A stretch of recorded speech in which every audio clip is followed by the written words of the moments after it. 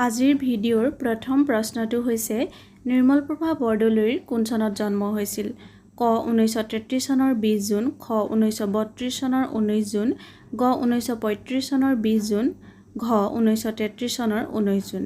ইয়াৰ উত্তৰটো হৈছে ক 1933 চনৰ 20 জুন। 2 নম্বৰ প্ৰশ্নটো হ'ল নিৰ্মলপ্ৰভা বৰদলৈৰ পিতৃৰ নাম কি আছিল? কালিৰাম মেধি, ধৰ্মেশ্বৰ শৰ্মা, দীননাথ শৰ্মা, মুক্তাৰাম বৰদলৈ। উত্তৰটো হৈছে খ ধৰ্মেশ্বৰ শৰ্মা।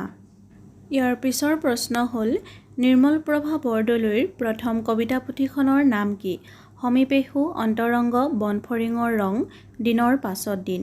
ইয়াৰ শুদ্ধ উত্তৰটো হৈছে গ বনফৰিঙৰ ৰং। ইয়াৰ পিছৰ প্ৰশ্নটো হ'ল নিৰ্মলপ্ৰভা বৰদলৈয়ে কোনখন কবিতা পুথিৰ বাবে সাহিত্য অকাডেমি বঁটা লাভ কৰিছিল? ক দিনৰ পাছত দিন, খ সমীপেশু, গ সুদীৰ্ঘ দিন আৰু ঋতু, অন্তৰংগ। ইয়াৰ শুদ্ধ উত্তৰটো হৈছে গ সুদীৰ্ঘ দিন আৰু ঋতু। 5 নম্বৰ প্ৰশ্নটো হ'ল নিৰ্মলপ্ৰভা বৰদলৈয়ে কোন চনত সাহিত্য অকাডেমি বঁটা লাভ কৰিছিল? ক 1983 চন, খ 1957 চন, গ 1977 চন, ঘ 1967 চন। ইয়াৰ শুদ্ধ উত্তৰটো হ'ল ক 1983 চন। 6 নম্বৰ প্ৰশ্নটো হ'ল নিৰ্মলপ্ৰভা বৰদলৈয়ে কোন চনত সৰস্বতী বঁটা লাভ কৰিছিল?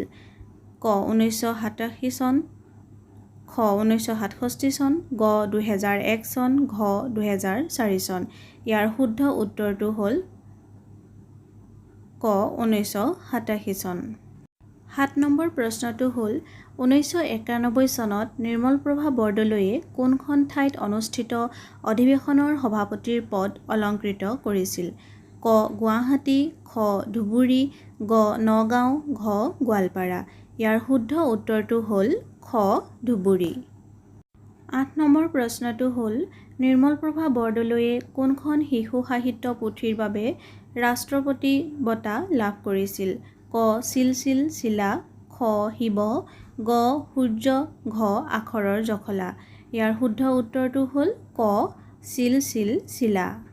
ইয়াৰ পিছৰ প্ৰশ্ন হ'ল নিৰ্মলপ্ৰভা বৰদলৈয়ে প্ৰবীণা শইকীয়া বঁটা কোন চনত লাভ কৰে? ক 2001, খ 1957 চন, গ 2002 চন, ঘ 1951 চন। ইয়াৰ শুদ্ধ উত্তৰটো হ'ল ক 2001 চন। 10 নম্বৰ প্ৰশ্নটো হ'ল নিৰ্মলপ্ৰভা বৰদলৈৰ একমাত্ৰ উপন্যাসখনৰ নাম কি? ক পদুম কুঁৱৰী, খ ভানুমতী, গ জলপদ্ম, ঘ জয়মতী। ইয়াৰ শুদ্ধ উত্তৰটো হৈছে গ জলপদ্ম। অন্য এটি প্ৰশ্ন নিৰ্মলপ্ৰভা বৰদলৈৰ ছদ্মনাম?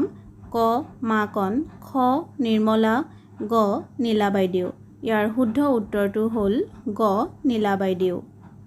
12 নম্বৰ প্ৰশ্নটো হ'ল নিৰ্মলপ্ৰভা বৰদলৈয়ে গুৱাহাটী বিশ্ববিদ্যালয়ৰ কোনখন আসনৰ পৰা অৱসৰ লৈছিল? ক জৱাহৰলাল নেহেৰু, খ ভূপেন হাজৰিকা আসন। ইয়াৰ শুদ্ধ উত্তৰটো হৈছে ক জৱাহৰলাল নেহেৰু আসনৰ পৰা তেওঁ অৱসৰ লৈছিল।